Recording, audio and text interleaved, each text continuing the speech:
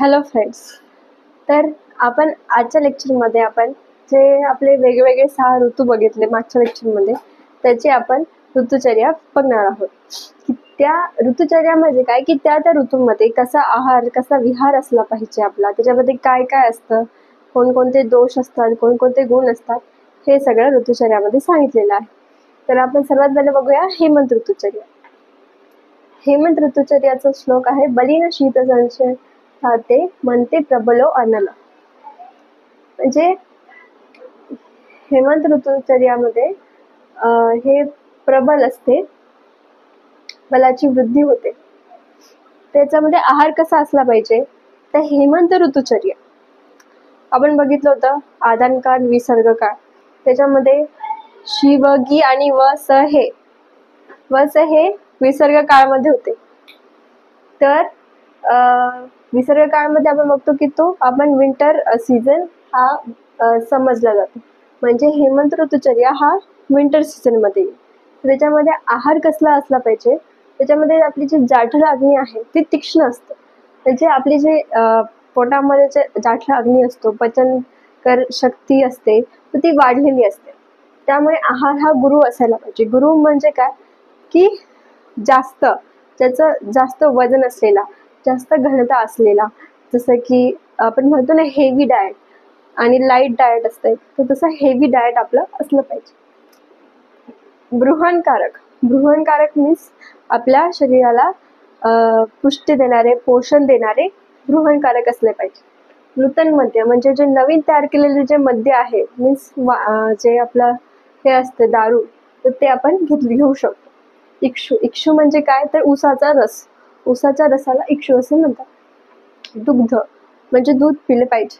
दुग्धजन्य पदार्थ, दूध, दही, ताक, तूप हे पदार्थ खाल्ले पाहिजे. वसा हे सुद्धा एक तुपासारखाच प्रकार आहे. तेलादी सेवन करणे. तेलादी म्हणजे तेलयुक्त पदार्थ किंवा इत्यादी वेगवेगळ्या तेलाचा वापर करून तयार केलेले पदार्थांचे सेवन करावे. मांसाहार करायला पाहिजे.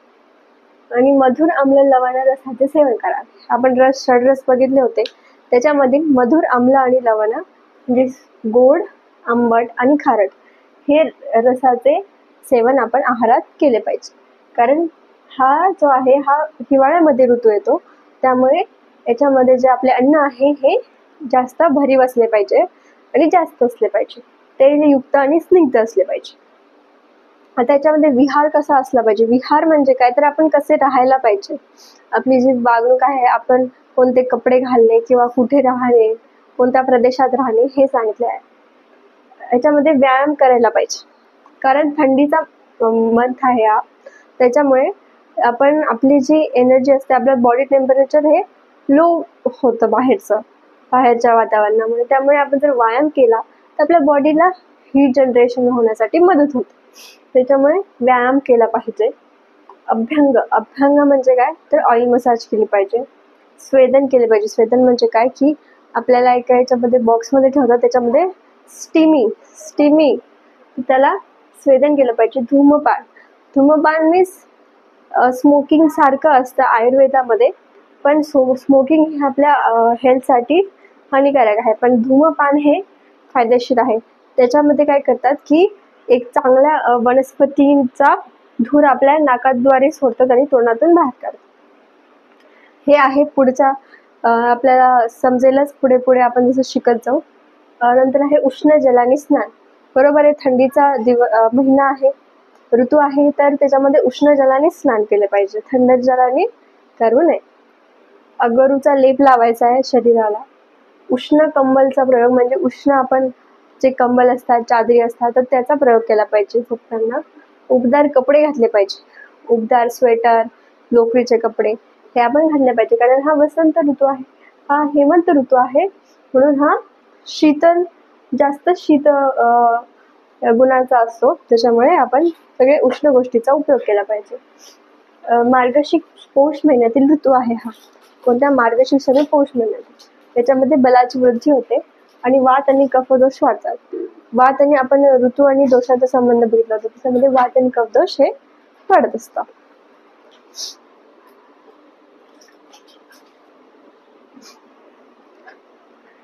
तर आपण आता नेक्स्ट बघणार आहोत शिशिर ऋतुचर्या. पहिले आपण हेमंत ऋतुचर्या बघितली, आता शिशिर ऋतुचर्या बघू.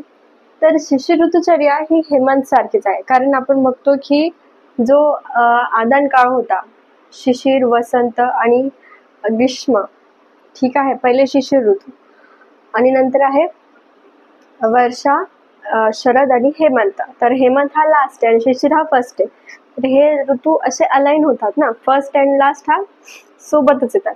मग जर आपण पहिले हेमंत बघितला तर हा त्याच्यानंतर शिशिर ऋतू येणार आहे आणि त्याचे जे प्रॉपर्टीज आहेत ते सेमच असणार आहे, कारण शिशिर आणि हेमंत हे दोघंही थंडीच्याच ऋतूमध्ये येतात, विंटरमध्येच येतात.